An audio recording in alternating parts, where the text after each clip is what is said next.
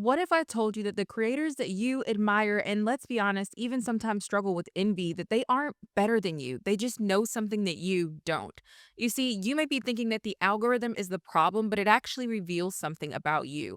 Likely that you have a problem not with a platform, but with your purpose. And until you fix that, there is no amount of hacks that will actually work. So, in this video, I'm going to show you how the things that no one is saying about YouTube and how to actually grow. And this isn't something like pick a niche or be consistent. In fact, I'm going to turn everything you think that you know about growing on YouTube on its head and reveal exposing exactly how I built over 100,000 followers on YouTube in the span of 6 months.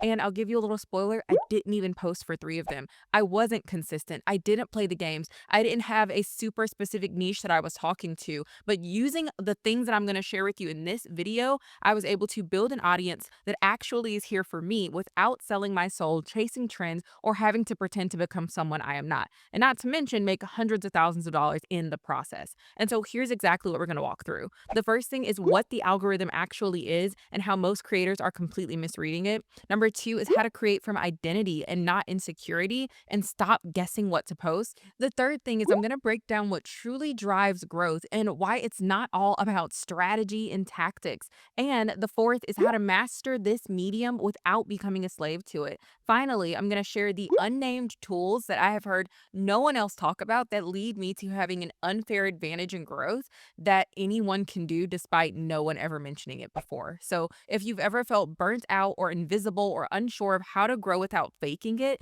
then stay with me because by the end of this video, you won't just know what to change, you'll know who to become. And that is what's going to change everything for you. So, there are four things that you need to understand to get what the algorithm really is. And this is where we're going to separate the truth from the myth. So, the algorithm is simply people. Human beings clicking, not a machine judging you. And most people treat the algorithm like a mysterious overlord when really it's just a fancy reflection of people's behavior at scale. Every like, every share, every save, every swipe is a human signal, a person that is on the other side of that screen. The algorithm doesn't decide your fate. A person in a hoodie on a train somewhere did by just passing just long enough to tell the algorithm that they're not actually interested in it. See, the algorithm didn't suppress you, a human ignored you. And I know that that is much harder to actually swallow, but this will help us once we understand it because you can stop optimizing for robots and start trying to actually resonate with souls and with people. But that's harder. Why? Because our minds are designed to put us as the main character. And so when we're trying to achieve and accomplish something, we always want there to be a villain. And it is easier to blame the algorithm than to confront the vulnerability of being ignored by a real person. And so if the algorithm is the villain, then your lack of growth is something that's out of your control. It becomes a technical glitch and not a personal rejection. It becomes a faceless force and not a reflection of reality. That is emotionally safer. But the truth that we have to recognize and come to terms with right now is that the truth is that a human being saw your content and decided to keep scrolling.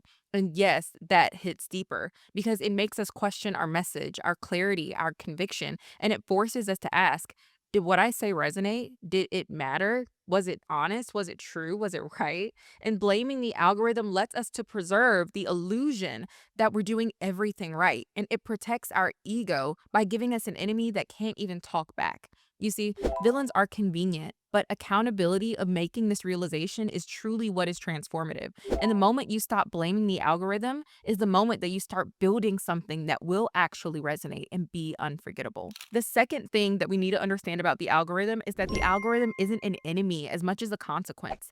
It is neutral, just like gravity. It reflects physics, not feelings. So you don't get mad at gravity when you fall. It's a law and you respect that law. Likewise, the algorithm is not moral, it's not malicious, it's not emotional. It rewards signals, it reacts to behavior. It's just a scoreboard, not a fluid story. And so the creators who grow are the ones who understand the rules and then can choose to bend them from a place of clarity, not desperation. You have to treat the algorithm like fire. You don't fear it, but you also don't worship it. You have to learn how to properly wield it. The third thing is that the algorithm is a mirror. not a master. You see, conviction is more contagious than craftsmanship. Now, what do I mean by that? Have you ever heard of a little tiny movie and book called Twilight? Now, regardless of your feelings on the show or the series, people far and wide were critiquing this work for its literary prose and how the line writing was and all of the craftsmanship details. But despite that, it became a multi-billion-dollar franchise because what is more important than saying everything perfectly and having everything all pretty and polished is people liking it, is people resonating with, is it being something that makes people feel something or want to do something or believe something or take some sort of action because of it. You see, if you don't believe your message, then neither will the feed. You can have perfect lighting, viral audio, and clever editing, but if it's not rooted in belief, you're still going to just vanish on the scroll.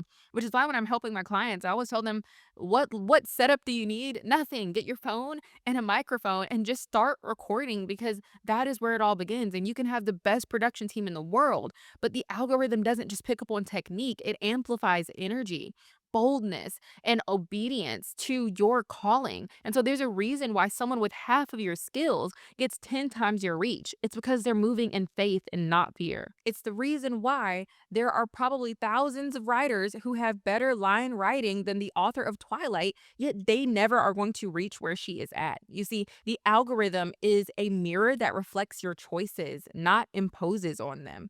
And what you feed it, it learns. And what you repeat, it assumes is true. It's not telling you what to be, it is showing you what you have been. So if your content isn't performing, it's simply reflecting your own patterns. So blaming the algorithm is like yelling at a mirror because your hair looks messed up. It's not going to actually change anything. You see, the algorithm isn't your boss, it's your shadow. It doesn't lead you, it actually follows you. So if you're not getting the results that you want when you're posting, this is the opportunity for self reflection and to look in the mirror and say, hey, what is it that I actually need to change? Now, the fourth thing is you have to stop worshiping the algorithm. You may be thinking, I'm not doing that. I don't have an altar of an algorithm. I'm not shrining any, goats or lighting any incense or anything like that. But I can almost bet that there have been times where if you're posting where you feel like you're always trying to hack it, you're always watching a new video about the new updates and trying to figure out the next best thing to do to win at it. But here's the thing, it's just math. And you shouldn't be bowing to what you should be building through.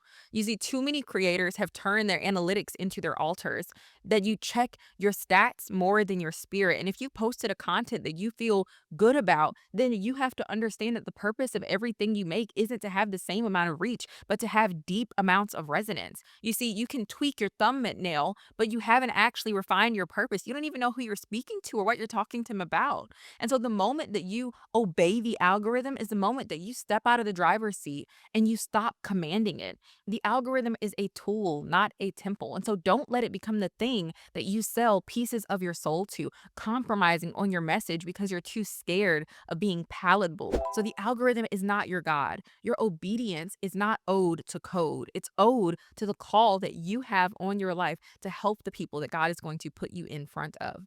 So now that we've understood that basic ground about the algorithm, I want to teach you about how you can actually approach creation. And we're going to shed off that typical strategy talk you've heard in every other video and get down to what truly makes the difference, which is your identity. So, the first thing we have to do is when you create content, you need to be creating from a place of your identity, not your image. So, ask yourself this: what do you already embody that can serve others? Not what will I post that other people can like? See, your most powerful content, it's not going to come from guessing what works. It's going to come from knowing who you are. If your content is all over the place, it's likely because your life is too. And that is fine. That's fine. We figure things out sometimes, right? But you can't be upset when the algorithm doesn't understand you or who you are actually there to serve when you don't understand it either. You see, image chases applause, but identity builds authority. Because when you create from identity, you're not building a brand, you're bearing witness. You're not performing, you are revealing what is already true. And so people aren't looking for perfection, they're looking for resonance. So if you stop trying to be viral and start focusing on being true, you'll see more results than ever because truth spreads faster than tactics ever will. So don't believe the lie that you cannot be paid to be yourself. And this is exactly what I teach in the free training I have in my description, which is the 3-step formula to replace your income, work from anywhere, and get paid to be exactly who you are even if you have no niche, no audience, and no desire to hustle or sacrifice your peace, is because we have been sold this lie that we have to put on this persona, that we have to come and show up all prim and polished and proper to be whatever we think that the people who are watching us want to see. But what if I told you that just like Harry in Harry Potter, who thought that all of the things that made him this weird kid actually was the key that opened up his legacy when he got into Hogwarts? That the things that other people tell you, like you're too much, and if you missed that video, you can check it out after this. You're not how being too much made me a millionaire. That all the things people told me were wrong about me, that I talk too fast, that I make too many weird jokes, my fashion or whatever it was, were all of the things now that I literally get up on this camera and tell people that I would not have been able to pay people to listen to when I was growing up. But now people literally pay me to tell them those exact same things. So you don't have to change yourself. You don't have to shrink yourself or limit yourself. You just need to be able to put yourself in a container that can hold what you are already carrying. All right. So when it comes to creation, the second thing you have to know is to serve people first, and then the systems will serve you. So this is about value and not manipulation. So you're not manipulating your way into momentum. You're going to minister your way into movement. So when the first question is, how can I bless and not how can I blow up? You're going to build something that no system can suppress. You see, algorithms reward what humans reward, remember? Because the algorithms are what?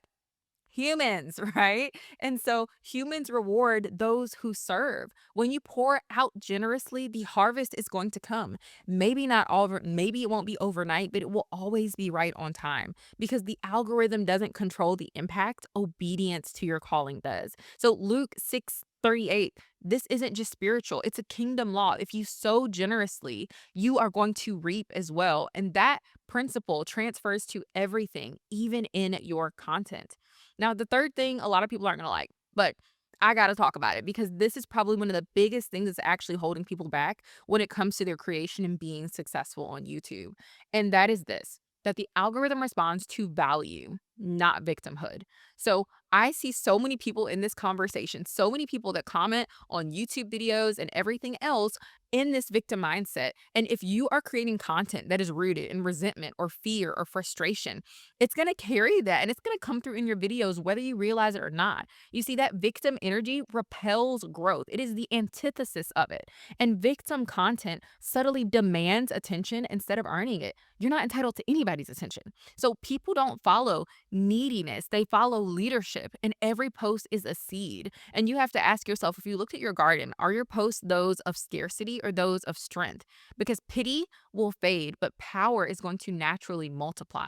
The algorithm, it does not owe you anything, but the market will reward value with interest. Now, we're going to do a speed round. I'm going to break down 7 quick signs that you might be creating from a victim mentality rather than value and leadership. And these are emotionally subtle, but strategically destructive, and they repel growth because they signal scarcity, blame, and lack of agency. And so you can drop in the comments and we can all be in solidarity if you've ever struggled with one of these, because I know I had in the past. So A, nothing I post ever works becomes your content theme. You turn your frustration into content, and not a redemptive or an honest way, but in a resentful and defeated tone.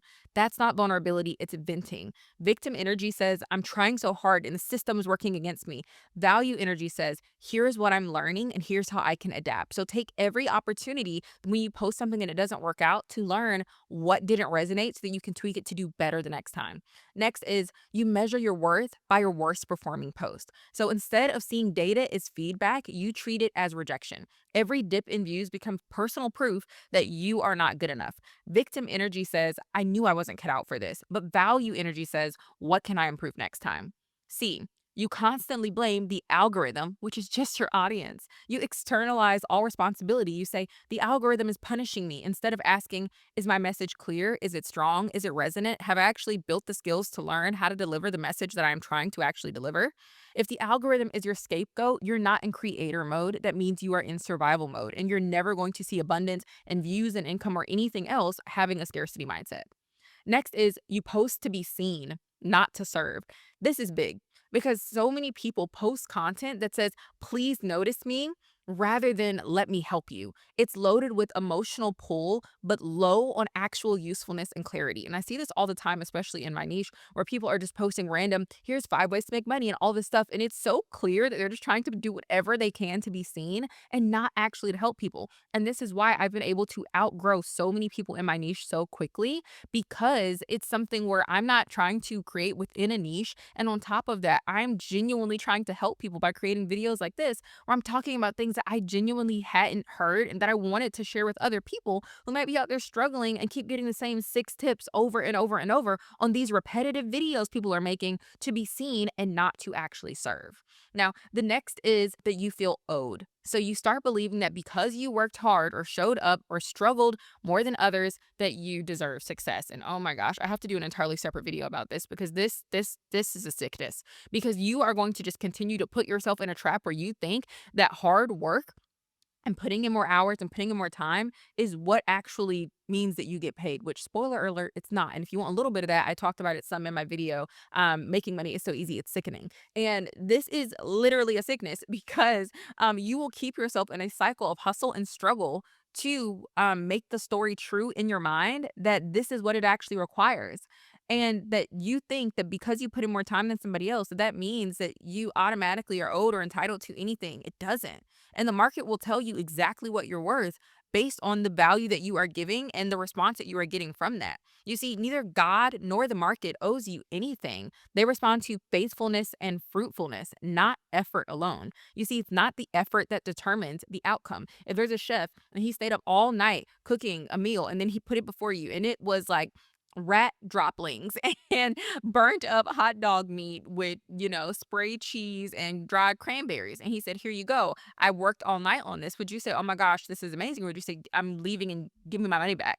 You would obviously say the latter, because it doesn't matter how hard he worked. What matters is what the actual outcome of that hard work was. And so when you start looking at it from that lens, you're going to see yourself shift in so many different ways. You're going to allow you to actually grow and get the results that you want. And lastly, you resent others for succeeding too easily. So, does any bitterness creep in when you see somebody who started after you but that's growing faster than you? You may downplay their effort or talent and focus on the unfairness at all. You might say things like, it must be nice to be so lucky, or, well, of course they're able to do it because they're pretty and they have pretty privilege, or, of course they're able to do it, well, they have money, or they're this race or this gender, or they have this background, or whatever excuse that you use in your mind. None of it is actually going to help you get where you want to be. Okay. What you should be thinking instead is, what can I learn from what they are doing? If you can actually take aside those victim goggles, you will find so much gold in the strategies and methods and the way that other people do things, and things that you can learn from them that you can apply to yourself. All right.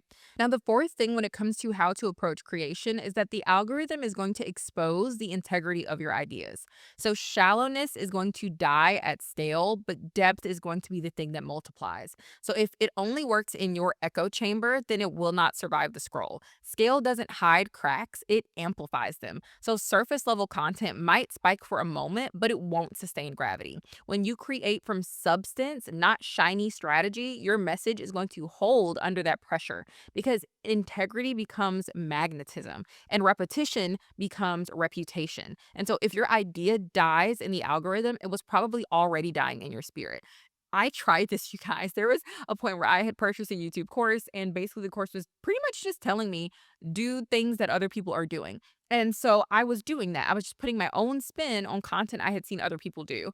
And I am just so thankful that it never worked out, because then I would have been stuck in a trap of just doing the same things that other people do. And the content that has always done the best for me are the ideas that I have come up with myself, the things that have come from my own mind, my own lessons, and the journey and the things that God has given me. And you have that too within you. And even if you don't know how to get it out yet, you can subscribe and I'll help you with that.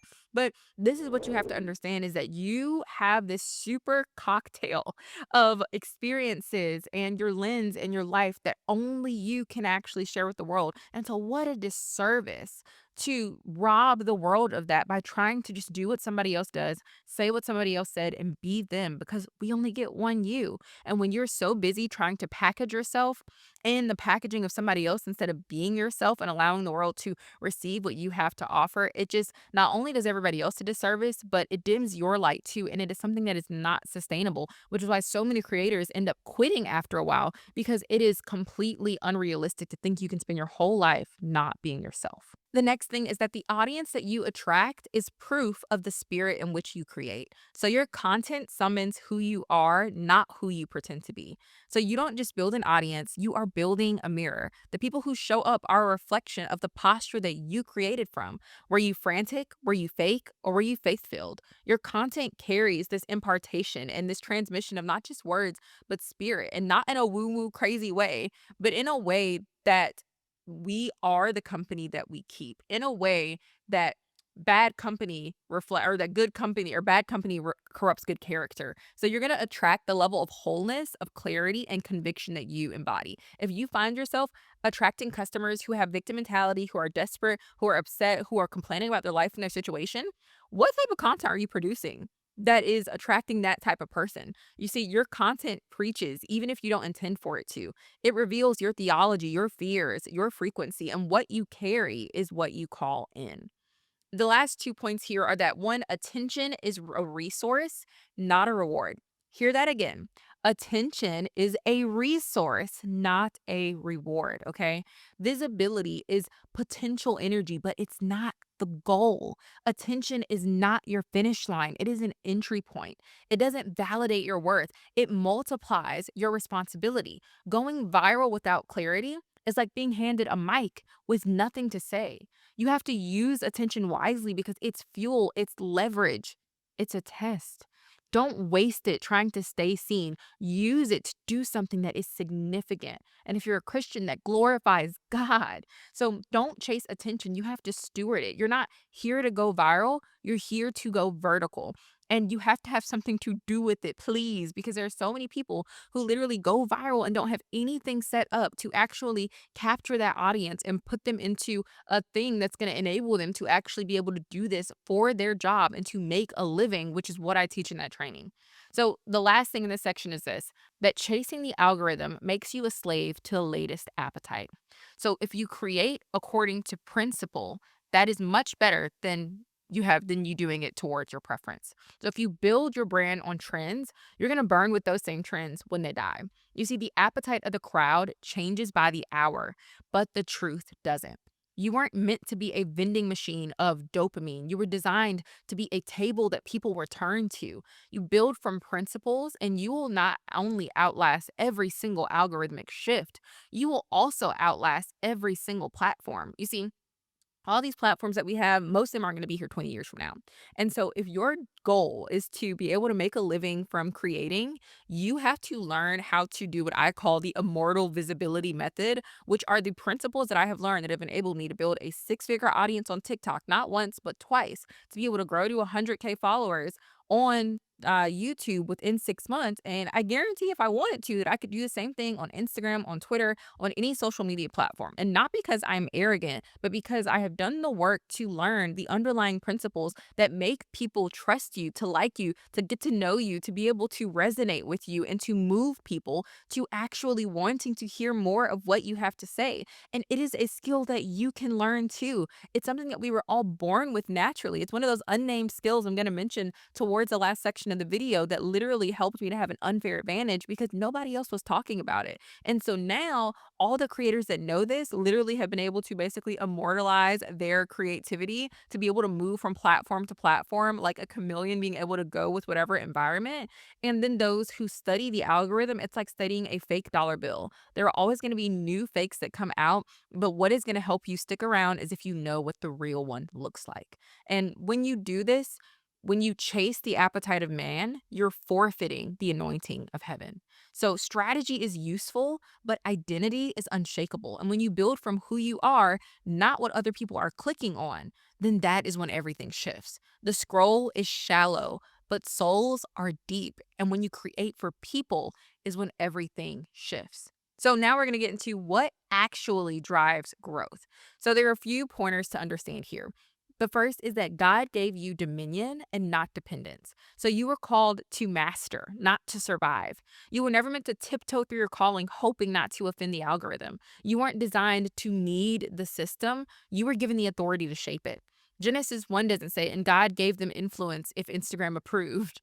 It says, let them have dominion. That includes over your message, over your art, and over your audience, no matter what platform it's on. So you're not waiting for permission from a platform. You're waiting for permission to walk in that permission that you've already been given from God.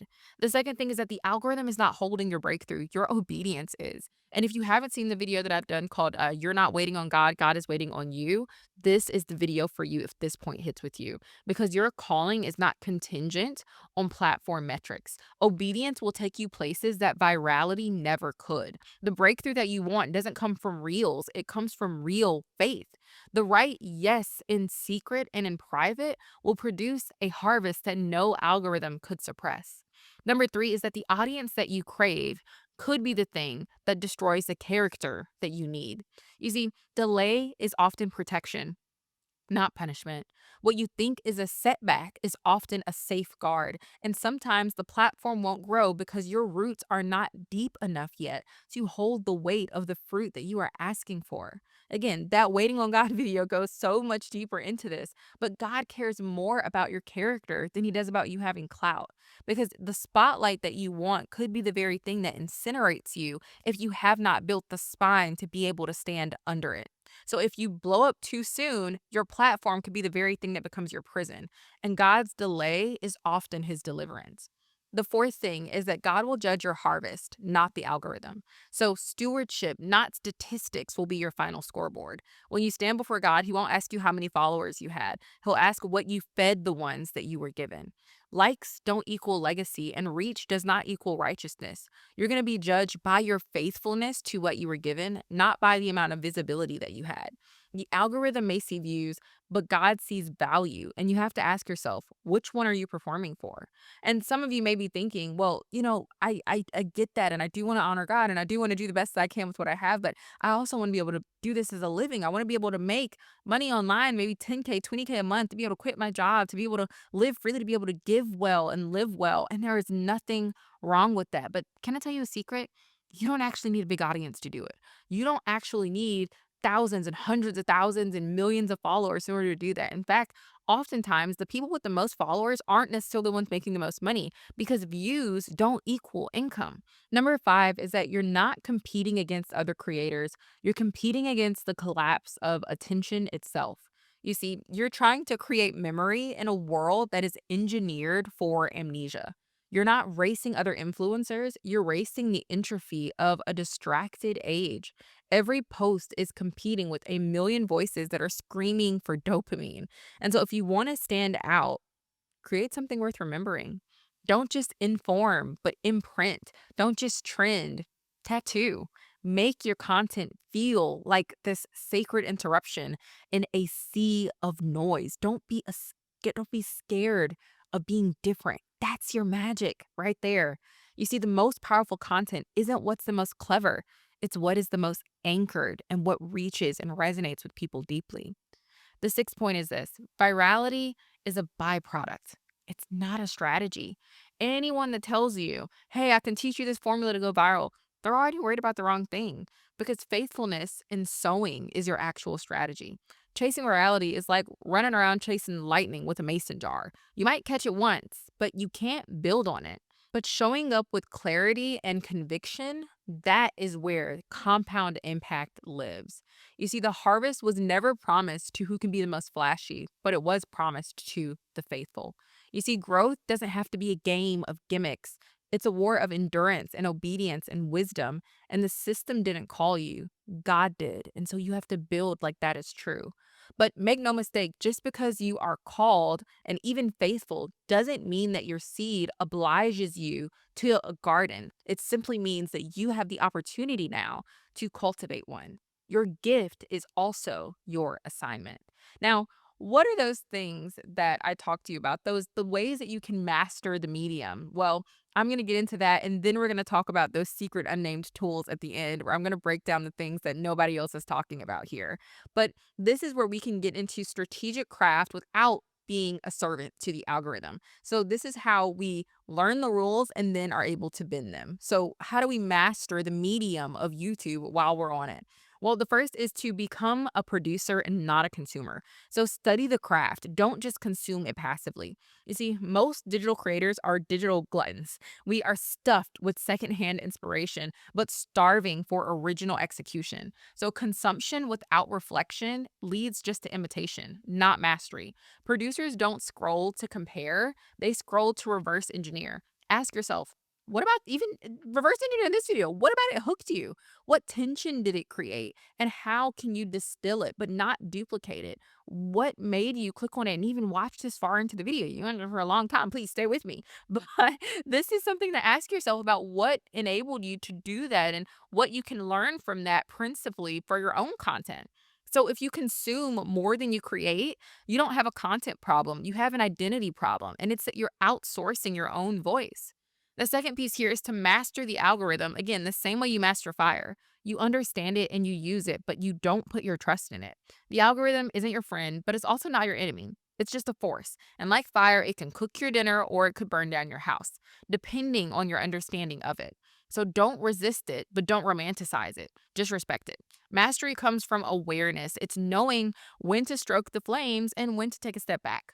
Fire serves the skilled, but it scorches the careless. And so, if you can't explain how the algorithm works, it's already your master. You have to learn the rules so that you can break them on purpose. The third thing is that people think that the algorithm demands predictability, but it's just people, and people actually crave surprise.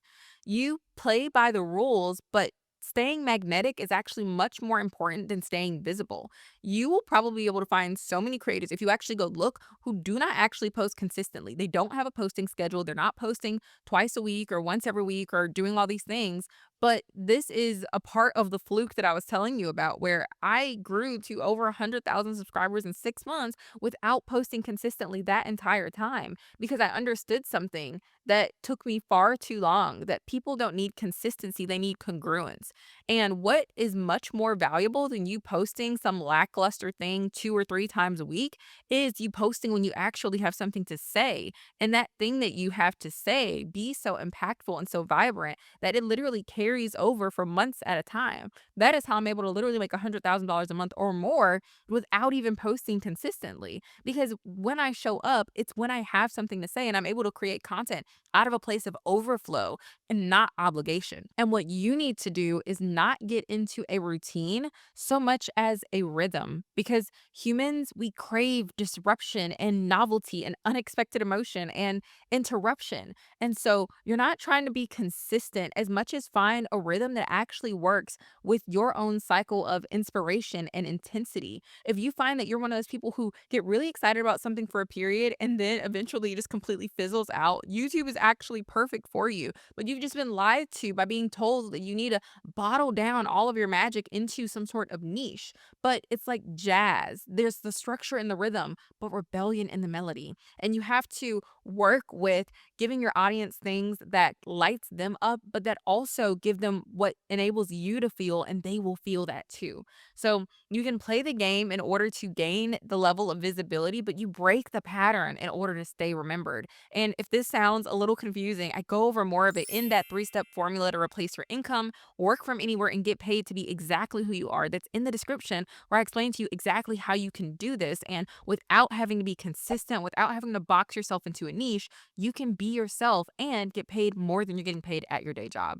Now, the last thing for this section is this, that most creators are merchants of novelty, but few are builders of meaning. So when we talk about novelty and surprise, we're not just talking about surprise for the sake of surprise, but not just trends that give you momentum, but truth that gives people gravity. Anyone can go viral, but few actually matter. Few videos people actually return to again and again. So many people comment on my videos, which I'm so blessed to say that they save it to literally come back and watch multiple times over because of how much value that they received from it. You see, I've had people literally be able to change their lives from my free content alone, not to mention the paid offers, because you can follow trends and chase relevance, or you can speak from eternal principles and create the resonance that we've been talking about.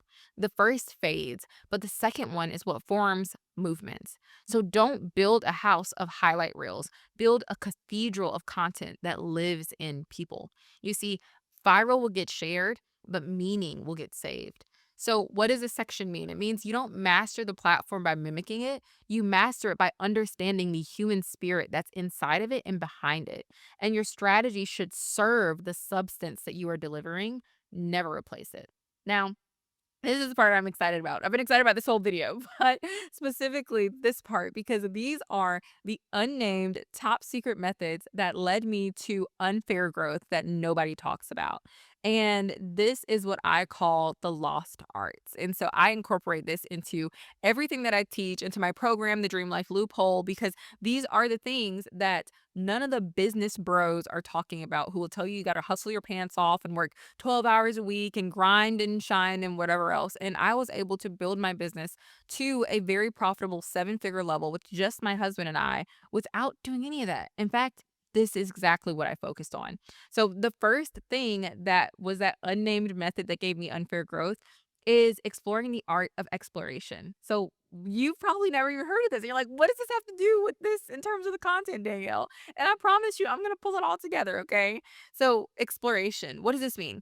The algorithm rewards discoverers, not settlers. So, these are the people who don't ask what's working, but they ask what's missing. You see, that is how my content goes so far because I don't focus on speaking on things that other people have already spoken about. And I'm not saying that you can't do that. There's a time and place for that to add your voice and your perspective to a conversation.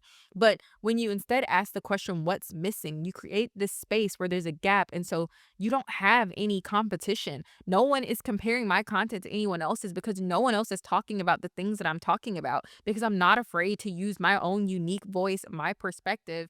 And if you don't have a perspective, go live and get one. Go get one. Literally, they're free. And that's what exploration is all about. You see, settlers chase proven formulas, but discoverers ask dangerous questions. One build copies, but the other builds categories. Explorers don't wait for permission. They chart new creative maps. They don't ask what's the niche. They ask where is the white space and what can I do to fill it? You see, that is where the algorithm whispers because being an explorer is extremely rare, and that is why it's rewarded and will enable you to literally rise above the algorithm. And because you're hitting the people behind it. You see, if you only post what's proven, you will never be able to pioneer what is powerful. Even this video, I haven't seen any other video called How to Make the Algorithm Your Servant, but that is the idea that came to my mind as I was creating and looking and exploring. You see, the algorithm promotes pattern, but legacy comes from original pathfinding. And this is the part that is hard for people though when it comes to using this art of exploration is that you have to be okay with figuring things out. You have to be okay with struggling and with trying. Like I did a video a while back called Biblical Lessons from Princess Diaries, which I love that video. I stand by it 1,000,000%, but it completely flopped in numbers in comparison to the other videos on my channel. But I was okay with that because I was trying something new and it could have been the next best thing ever. And I'll probably still experiment more with movie breakdown content and showing life lessons from it. But that's okay. Everything isn't going to work out the way that you thought that it would, but that doesn't mean that it wasn't useful. You see, if you don't know what to talk about everything. No, you will not grow that way, but you will learn. And sometimes, a lot of times, that's the point. You see, don't follow your passions. We get so hooked up on the word passion. It honestly kind of annoys me at this point. You might be thinking, maybe I'm not passionate about anything. Follow your curiosity. Follow your interest. Ask yourself, what could you learn about? What could you research about? What could you get on a stage and give a TED talk about?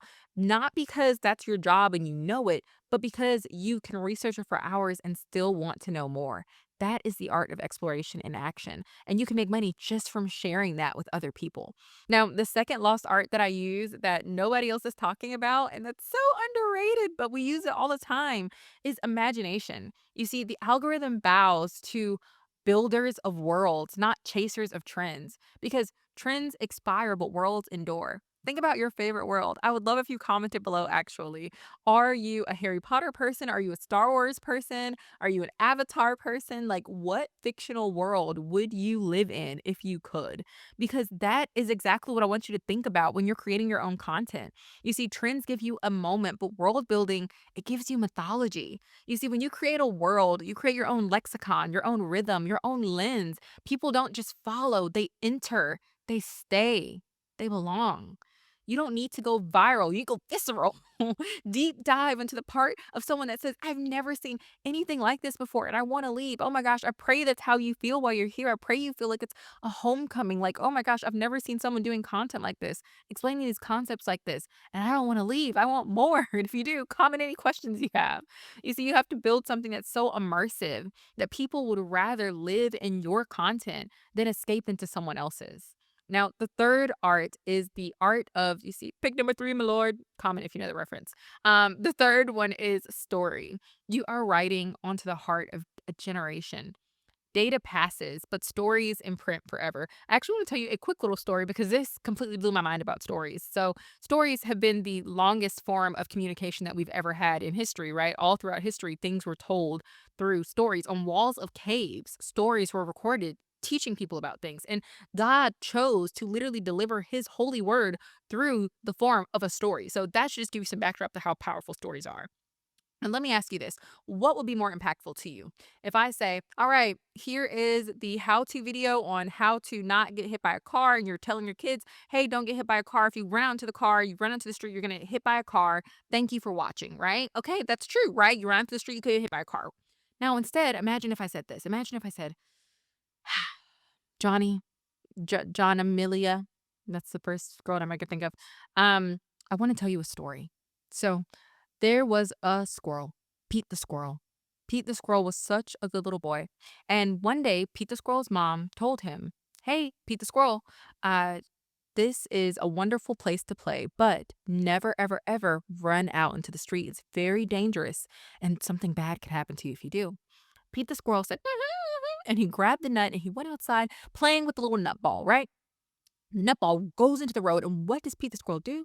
He gets up and he runs after it. Oh my goodness. And he does what Mama Squirrel told him not to do. He runs into the street. Oh, gasp, gasp. And what happens to Pete the squirrel? Before he even knows it, he thought he was being careful. He looked both ways before he crossed the street, but instead, a red car came racing through and Pete the squirrel was dead, just like that, flattened into the pavement. And he never came back to life because people don't come back to life when they're dead. And Pete the squirrel died.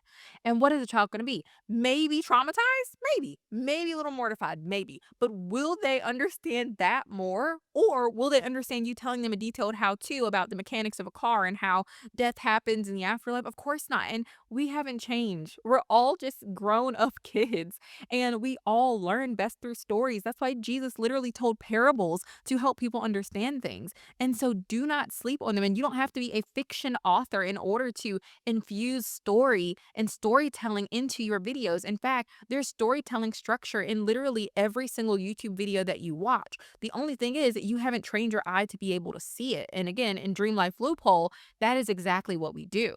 And so facts inform, but stories transform. The algorithm remembers nothing, but people will always remember how you made them feel. Stories are code for the soul. They bypass logic and they program belief. They don't just post to be understood. You have to post to be felt. And never forget that every creator is either echoing noise or you're writing something that is all your own.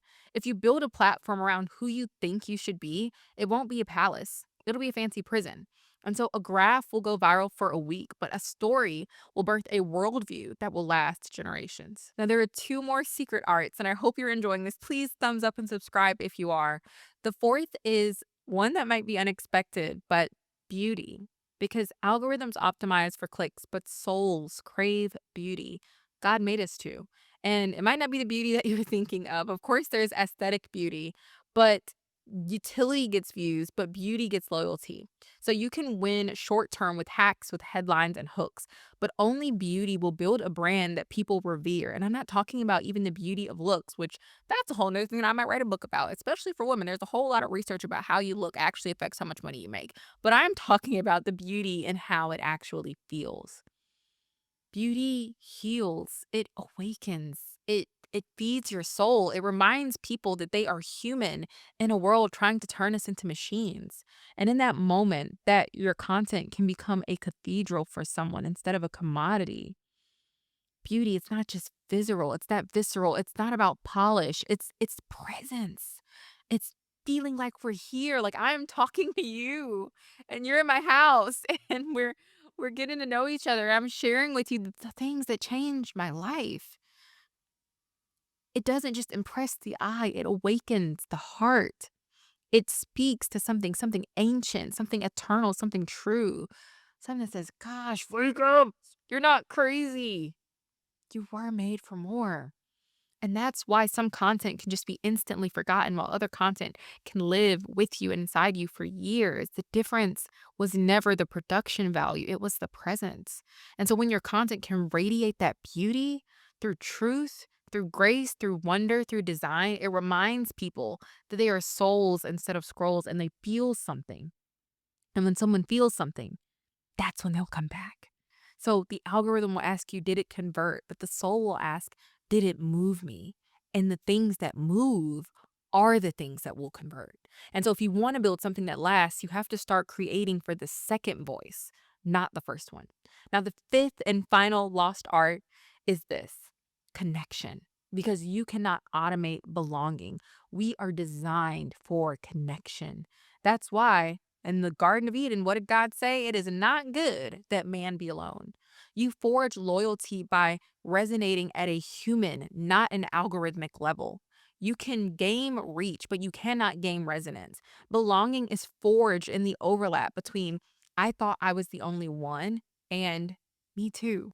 It's the moment that someone stops consuming your content and they start identifying with it. Like the lifestylers that I serve, which are people who want to be able to make a living being creative and being free and being able to not have a boss or be chained to a business, to be able to live a lifestyle making low maintenance or passive income, to be able to have financial freedom, have time with their family, to be able to truly have it all. And by it all, I simply mean being able to make money and actually have time to enjoy that money, which isn't crazy or ridiculous. It's what I'm living right now and why I literally do what I do and get up every morning so excited to share the journey of the blessing that God has given me and helping others reach that too.